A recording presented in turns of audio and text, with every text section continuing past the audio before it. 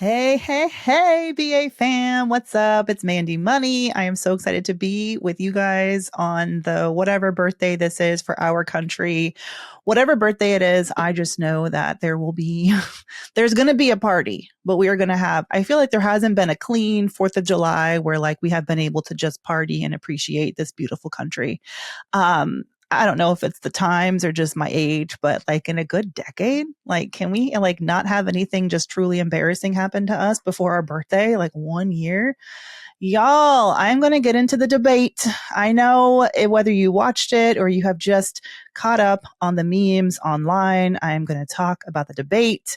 I got some markets news for y'all. We're going to find out, is Chipotle actually shrinking their bowls? Because when I tell you, I'm so glad that not all heroes wear capes, but somebody somewhere took it upon themselves to analyze the data. Yeah, being 75 burrito bowls to find out if Chipotle is actually shrinking its portions. And this is silly, but also serious because shrinkflation is the biggest beef that I have with the economy and with retailers in general. Then I got to talk about Amazon Day, y'all, because it's July. And in the ass crack of summer, Amazon every year loves to bring out its bargain bin and make people gamify shopping so that we just buy more stuff that we don't need. We just talked about this on last week's episode, so I'm eager to tap into that. And I got some pop culture tidbits. Did y'all hear that Jonathan Majors is like lowercase b back?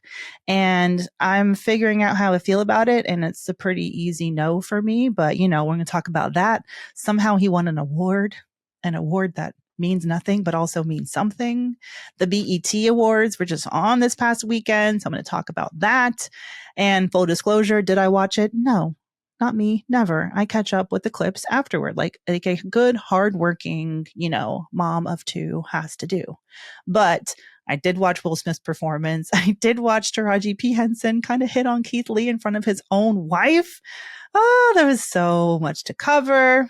And we have not had a chance to chat about the whole you know who, Kendrick Lamar, taking Drake and basically, I don't know, just digging a grave for him, a very comfortable grave, and lining it with like satin pillowcases and just saying, Drake, here you go. You can lie here because this is your career and I have buried it. So we are going to talk about Drake's epic concert on the West Coast a little bit because I don't want to embarrass myself because I am not one of those people who's on the internet talking about nonstop Kendrick this and here's what Drake what and the diss track this. Like, I just am here for the music, okay? And what I know is that diss track, Not Like Us, which is probably going to sweep the Grammys for all of its categories and be the nail, like the literal nail in Drake's literal career coffin, is a bop. It's a bop. I listen to it nonstop now. You cannot escape it on the internet.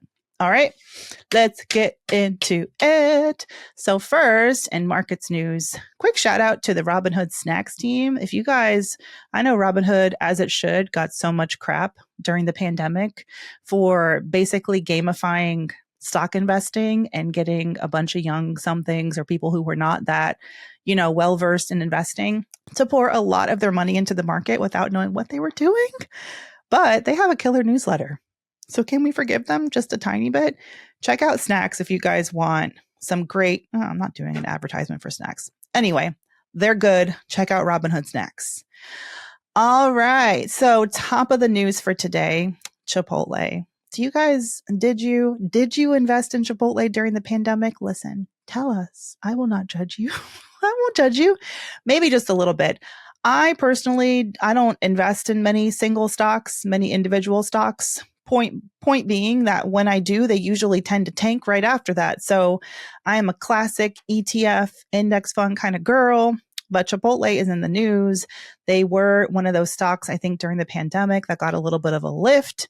They survived the great E. coli drama of 2000 and what was that, like 17 or something, where like half of a basketball team dropped from E. coli. But they are back in the news because, again, TikTok's favorite food critic, Keith Lee, is out here setting these companies straight, y'all, and trying to get us the best bang for our buck. And what y'all have been reporting Yes, Keith Lee, and also all of y'all on the internet who have been sharing photos and videos of your Chipotle orders. The intensity around this debate of whether or not Chipotle is cracking down on portion sizes has reached this new level of hotness, right? There's actually surveillance of burritos. Like literally there's memes of people like strapping on cameras, steady cams to walk into a Chipotle and watch so you can see the people making the bowls. But what I thought was hilarious is there was actually an analyst. Yes, I'm going to open this up. An analyst who bought 75 burritos from 8 different Chipotles to prove that the portion size problem is real. And guess what? It's not just us. Chipotle burrito bowls can vary wildly in size. All right, so what did they find? The smallest bowl that they found was 13.8 ounces. Y'all, do you really need to pound a burrito bowl? Like, that's wild. But the largest bowl that they found out of 75 was 26.8 ounces. My God. Oh, my goodness.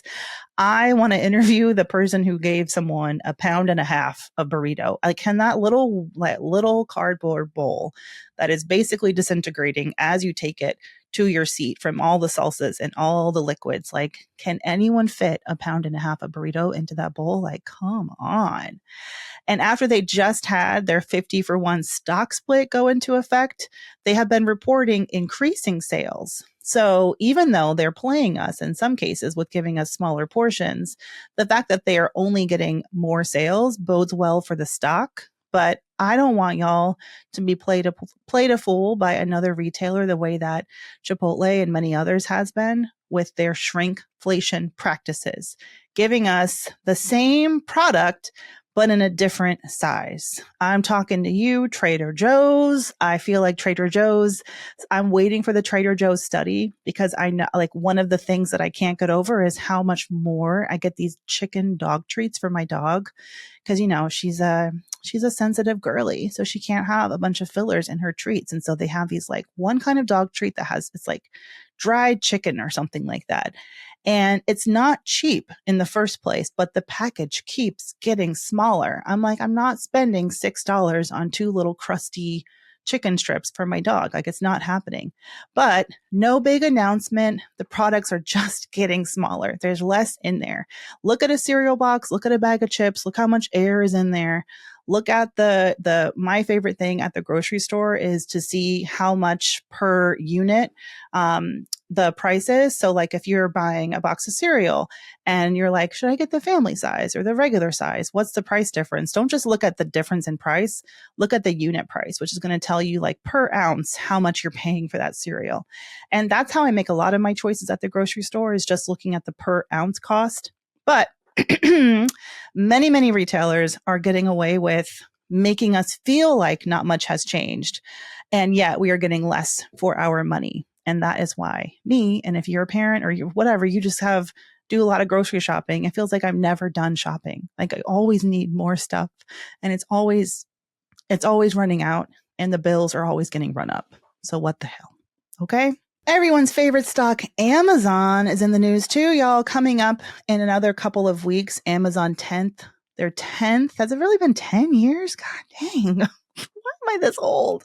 10th Prime Day is coming up this July 16th through 17th. Now, for some people, this is like the summer event. This is the Black Friday of the summer months. And shout out to whoever at Amazon came up with this brilliant marketing concept, but you really did it.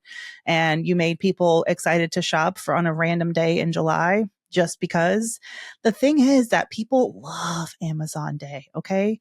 Analysts estimated last year, people spent 13 with a B, billion dollars. This year, the marketing budget has been ramped up even more. They teamed up with Megan Thee Stallion to showcase their must-have picks. And they even dropped a music video. I haven't watched it. Have y'all watched it? Like, was it good? I mean, I love Megan. I really do. I really want to see her on tour, but I missed out. She's wrapping it up. They also got Millie Bobby Brown and other influencers to do promos ahead of the event.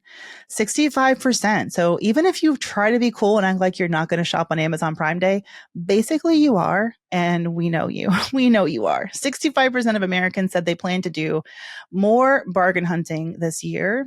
because, like I said, inflation is straining our wallet. So we are looking for a deal.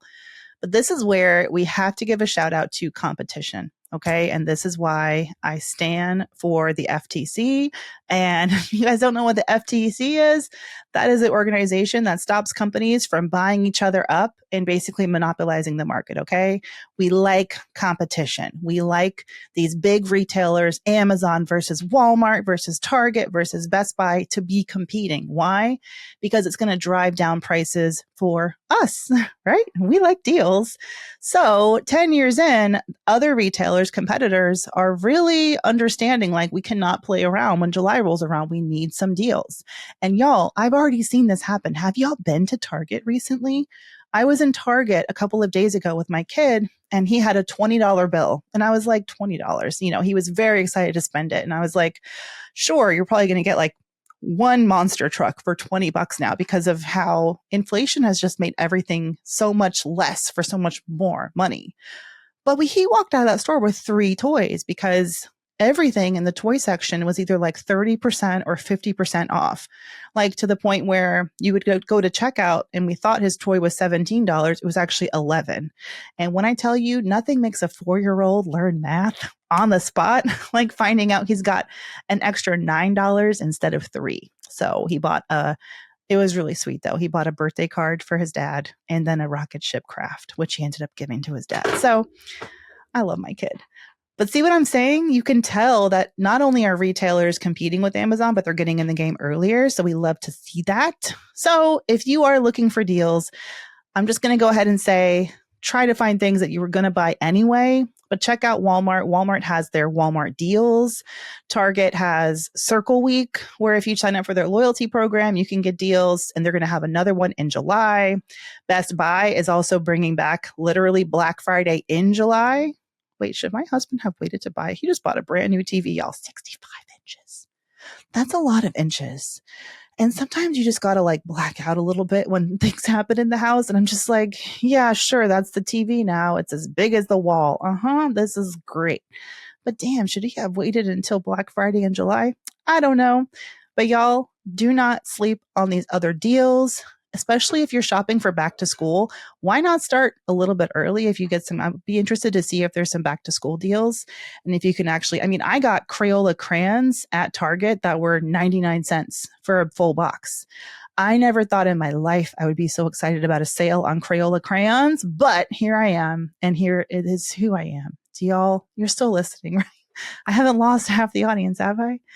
Very excited about that. I'm really curious to hear if you guys are going to be shopping these deals in the middle of the summer, but I got to stay away because the last thing I need is more stuff in this house.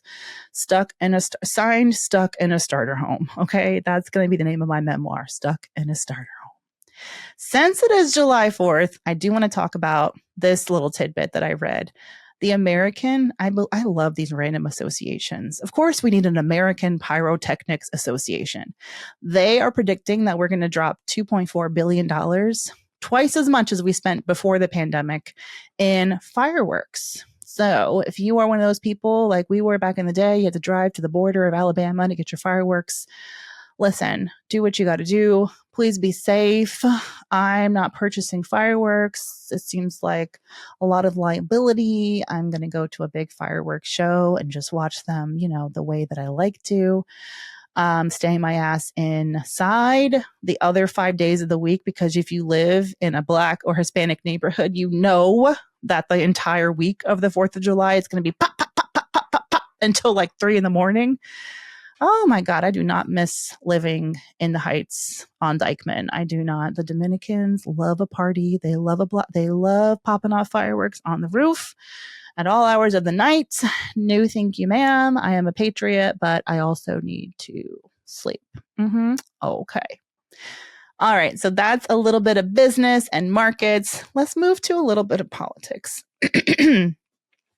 I just want to say a prayer. I want to say a prayer for America and for democracy, because it ain't looking good, y'all. It ain't looking good. To the point where Joe Biden, and if you have been sleeping under a rock or just, on a social media news kind of cleanse, more power to you. It's not nice over here. Just stay off the internet. Joseph R. Biden. I just want to give the man an electric blanket and a mug of hot, piping hot Earl Grey tea with a little squeeze of lemon and like a little drizzle of honey. And I want to give him a crossword puzzle, and I want to give him the big lazy boy chairs. You know what I mean? Like the kind that your grandparents probably had if you grew up between the 90s to like the early 2000s. He needs one of those lazy boy chairs. He needs some cute, cozy socks. He needs Jill by his side, although she's a young little thing. So she's probably like, on her phone, grading papers, whatever. But I need him in front of a fireplace, and I need him to take a nap. I need him to be 81 years old. It is sad to me. This is my take. I wish I could come here and give you like all these different angles of policies and like whatever was spoken about. You know the truth? I don't know what the F they talked about. I know that I was in a literal, like I was in, thank God I was watching in bed because I could just curl up in a tight little ball of anxiety because it was so deeply uncomfortable to watch this old man flub question after question, flub response after response. Do you want to know why? Because he's an old man. We should let this man age with dignity. And we are in such dire straits that we have to like prop him up with whatever he took, probably nothing by the sights of it, whatever he needed to stand up on that stage and try to string words together way after his bedtime. The man is 81. My grandparents, God rest their souls, they each passed away in their early 80s. And like, that's already a little bit above, I think, the lifespan for the average American. But he's a president, so we'll give him an extra 10, 20 years. Look at Jimmy Carter. I feel like they really get the good medicine, the secret stuff that the rest of us probably don't know yet. But it made me so deeply uncomfortable. And what was so depressing for me too is just like, I feel so bad for him because no one, you compare him to Trump, no one, I don't think, has given over as much of their life to public service as this man. He has been through so much. We all know what happened to his first wife and his children who passed away, and the other son who had a brain tumor, and the other son who's just like convicted of a felony. He can't catch a break. And yet he's still showing up for us. He still cares about this country so much. And I don't really have, of course I'm not going to vote for for Voldemort, but I feel so much compassion and sympathy for this man that he cannot just age with dignity and with grace. And I feel so much gratitude, and this may not be the popular response, but I feel a ton of gratitude for him for putting himself up there and out there in that way. Because y'all, that man walked out on that stage. He shuffled out there in his lemon pepper steppers and I wish he had a nice comfy pair of Costco slippers to wear.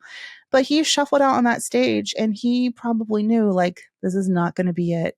And I have read that since the debate, not only has Obama had to come out and issue a statement basically saying, like, oh, shucks, can't win them all. I've had a couple of bad debates myself. But the Biden campaign has been in damage control mode since before Biden even left the stage. They were contacting donors. So for voters, what does this mean? They have basically taken the approach of, yeah, it was a bad night, but he's still the best bet versus Trump. And that is honestly the truth. I don't have a ton of patience for conversations around, well, we're just not going to vote. We have two bad candidates. I get really pissed off when I see people call Trump and Biden, like, for example, two mediocre white men. Like, look what they can do. They're two mediocre white men. We should be doing this. I don't think that's fair at all to Biden and his public service legacy. And you can pick apart his policy, and there's so much going wrong. I know that. The fact that we continue to funnel weapons into a war zone that is killing, that is performing genocide on an entire people. Yes, I'm talking about Gaza and Palestine. It is not okay that the Americans, that we have anything to do with that, and that it's our weapons who are killing children's lives. Like, that is unacceptable to me. And Biden has complete control over whether that continues or stops. However, the man's record, the man's, decades of public service. Like, I just think that we need to give people some respect, give them some space. Unfortunately, he is the candidate that we got. So yes, I'm showing up to the polls in November, and we have to vote. Please don't stay home. You must vote. This is also a really good reminder of the fact that the presidential election is not the election to really worry about. You need to be involved in your state politics. We just had a really progressive representative in my district, Jamal Bowman, got ousted by a moderate dude who's the executive, the county executive for the county I live in, Westchester. George Latimer ousted him because he's more moderate, because he wasn't as tough on the whole the Israel genocide of Gaza right now.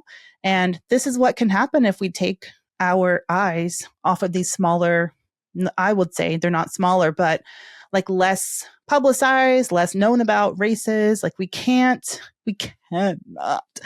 afford to put our country on the line in this way by just taking the easy way out and saying like Biden is not fit for office, so we're just not going to give a fuck. We must show up to the polls. Okay, BA fam, a little bit of brown buzz, some pop culture moments. BET Awards aired this weekend. I watched the Will Smith performance because I couldn't believe he was performing. My husband and I just saw Bad Boys. What was the tagline? I don't know. The fifth or fourth Bad Boys movie that he and Martin Lawrence put out. All I can say is I don't know if the movie has changed. It just, it is what it is. It was a popcorn movie. It was entertaining. And maybe it would have been funny if the margarita had not already worn off by the time I sat down in my seat. However, when I heard he's performing, I was like, wow, talk about a comeback kid. So I want to talk about two comeback kids, Will Smith on one end and then Jonathan Majors on the other. Completely different offenses, right? Will Smith, the smack heard around the world. It's been a few years since that. Has it really been a few years? At least 2 years since that happened. And I'm actually pleased to see Will still making art, still making movies. He's obviously still a huge brand. He was defending his wife, whatever she is at this point, defending her against someone else. But like, of course, using violence is never the answer. But I do think that, he had that memoir that came out. He's had this movie. He's got the Bad Boys franchise, which is still, bringing in tons of money. But music is not where I expected for him to go next. But he couldn't let Willow have all the fun, right? Like, he's like, oh no, baby girl. Like, he just can't let Willow have it because she is slaying right now. And he could just be a proud papa. But no, he had to put on a silver suit and get on stage at the BET Awards and basically do like a Christian gospel kind of rap moment. It was giving I think he was wanting to do like a Jesus Walks Kanye moment, but I didn't get that. I was actually reading a lot of the comments on TikTok, and I was expecting them to be giving him so much shit. But a lot of people were like, wow, I needed that message from Will Smith right now. And the song is called You Can Make It. So it was very I think it's true to Will and how he's always been. I wasn't keeping track of it if he cursed or not. I know that's his big thing. He never cussed, but this was inspirational rap, and there's a lane for everybody. So more power to him. I think he deserves to be here. I think he deserves to be on a stage if he cares to grace one. He is and forever will be my Fresh Prince, and I cannot untangle my love for that character from Will Smith. He just is that guy. People were giving a lot of, did not have so great things to say about the Usher tribute because it was all women who did the tribute, which I think was pretty badass. Why not? Some people didn't like it, but it is what it is. I thought the funniest moment for me that I've seen on Twitter is when Taraji P. Henson accidentally hit on Keith Lee, in front of his wife. But also shout out to Keith Lee, who literally just used to sit in a Paw Patrol children's foldable chair and talk about his food that he got from the drive-thru. And now he is this huge internet star at the BET Awards. That's incredibly dope, and has remained so humble and does just incredible things for the communities that he blesses with his presence. Keith Lee, I'm excited for you to return to Atlanta and give us another try. Yes, I will say us, even though I do not live there currently, but always in my heart. I think Atlanta deserves another try, and I'm glad that he is doing that. So that's BET Awards, but the second comeback kid, Jonathan Majors. Now, this one I feel very different about. And what I had heard, I didn't watch the, I didn't want to give clicks to the actual award ceremony, because I think we're then just kind of like reinforcing why they did this as a PR stunt. They knew, like, this is a random ass award show. I've never heard. I mean, no offense to the other honorees. I hope that you deserved it. But he was awarded at the Hollywood Impact Awards. He gave us, excuse me, he was introduced by someone. I forget what her name is. Hold on, let me check. It doesn't matter. So Jonathan, if you guys, again, are not, well, let me just remind you, he was convicted of assault. He never served any time, apparently, but the fact that he is now winning a Perseverance Award on any stage, and he was there with his girlfriend, Megan, why do I want to say Megan Fox? Megan Good. Oh, sorry about that. And to be on a stage like that soon after it, he even addressed the supposed incident. His conviction, I think it ended up being, I don't think it was a felony. It was like a misdemeanor. But he likened himself to any other Black man navigating through the justice system. And hey, it's his story. He should own it. He can say whatever he wants to say. But I just feel some type of way about him getting an award and being introduced by a woman who was saying how after being in a 9-year marriage where she was assaulted, she was proud and humble. Like, those words came out of her mouth to introduce Jonathan Majors. So I do think that it's very fair for us to talk about the ridiculousness of cancel culture and how people don't have room for redemption. But at the same time, it sort of has to require some sort of reckoning and humility.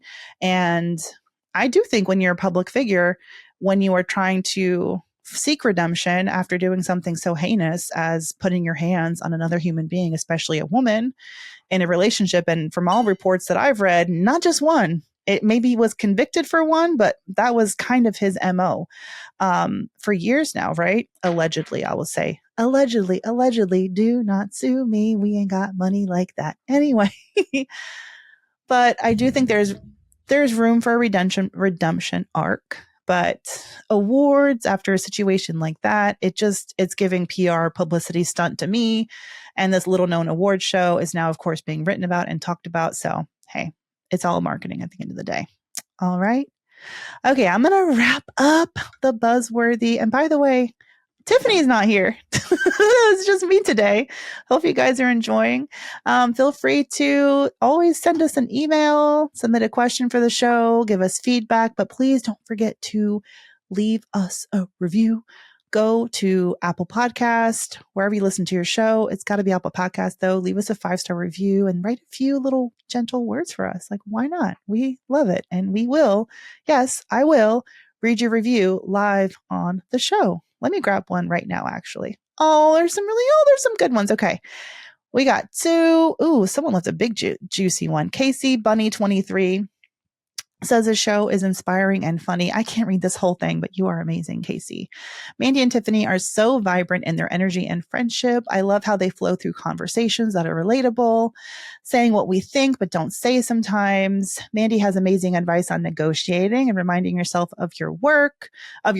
Thank you so much, Mandy. I've been going through it in my career, and it's so inspiring to hear your voice telling the hard truths. Tiffany, aka the Budgetnista, is so insightful on looking at your money as more than just a monetary item that we all work so hard for, but to see it as an opportunity you can create for yourself with it.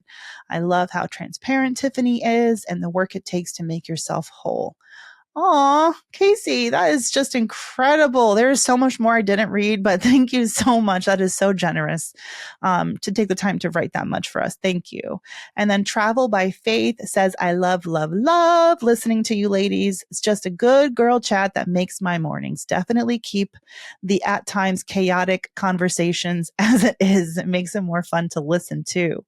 All right, Travel by Faith. Yes, I was a little self-conscious of how much I talk over Tiffany because I get excited and I can't stop myself. But we love you, BA fam. It really means the world to us. So please join us. Leave us a review.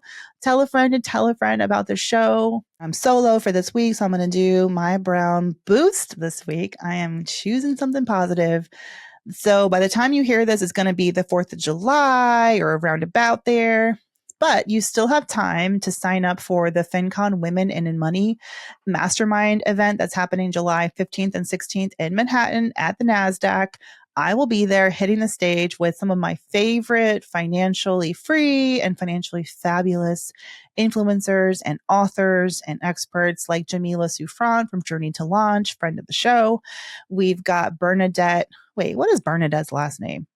I said Bernadette Peters, but that is actually a Broadway actor and not at all. I think Bernadette. I only know her as Bernadette. Bernadette, do you have a last Bernadette like DEBT? Because it's so clever. Joy, Bernadette Joy. There we go. Not the curly redhead from the Brandy Whitney Houston version of Cinderella. Also going to be on the stage with, wait, who else am I on the stage with? I done forgot now. Oh, let me look it up. I know this. I know this. Who am I on the stage with? Doop-a-doop. Oh, yeah, Paula Pant, duh. My podcast network sister, Paula Pant, Jamila Souffrant, Bernadette Joy, and me. I am sharing 4 keys to negotiate your business contracts without selling yourself short. And if you're not familiar with the Women in Money event, it's new to the FinCon community, but basically it's a networking event. They have a mastermind where you can go all day and just kind of get poured into by your peers if you have a business or you want to start a business. And you know what? I have 3 free passes to this Women in Money event. I don't know how much it costs, probably a few $100s, but I have 1 left. I've given 2 of the passes to business owners in my Mandy Money coaching community, and I have 1 left. So how about the first person who can send me a DM on IG? Yes, me at Mandy Money, not the Brown Ambition one, just directly to me and say that you want the pass. And you can be in New York because I don't want to just give it to you if you're not going to use it. It is Monday, July 15th between 4 and 7 p.m. That's the first event. That's where I'm going to be at the NASDAQ, which is in Midtown Manhattan. Okay, so it's in New York, not virtual, in person. After the event, there's going to be a networking dinner. So you can share a meal in small groups and you'll get the opportunity to create content in NASDAQ Studio. Sweet. And then on Tuesday, there is actually a mastermind, like I said, 9 to 5 p.m. the entire day. You can focus on your creator business with other like-minded creators. You'll be grouped up based on similar levels of experience, and you'll have a mastermind facilitator to make sure the conversation flows. And the whole purpose is just to connect you with other creators and to, just enrich the work that you're doing. So, I love this. I have 1 pass left. You just have a code. You can use my special code to get a free pass and you can come hang out with us at NASDAQ in New York City. That sounds like an amazing way to spend a Monday and a Tuesday, right? Okay, VA fam, that is it for me. Thank you so much for listening. Happy 4th of July. Go vote in November. We'll keep on y'all about that. All right. If there's anything you want to hear us talk about in the show, don't be a stranger. Hit us up, Brown Ambition Podcast on Instagram. You can also email us, brownambitionpodcast@gmail.com. Bye. Hey, BA fam. We're on YouTube. Woohoo! Thank you so much for watching. Please like this video and subscribe to the channel. And while you're at it, why don't you go over to that little bell icon and just tap that for us. Show the BA fam how much you love us. And that way you'll also get notifications when new videos drop. Also, share the channel with a friend. We're always like, tell a friend, tell a friend, tell a friend. And thank y'all so much again for all the support.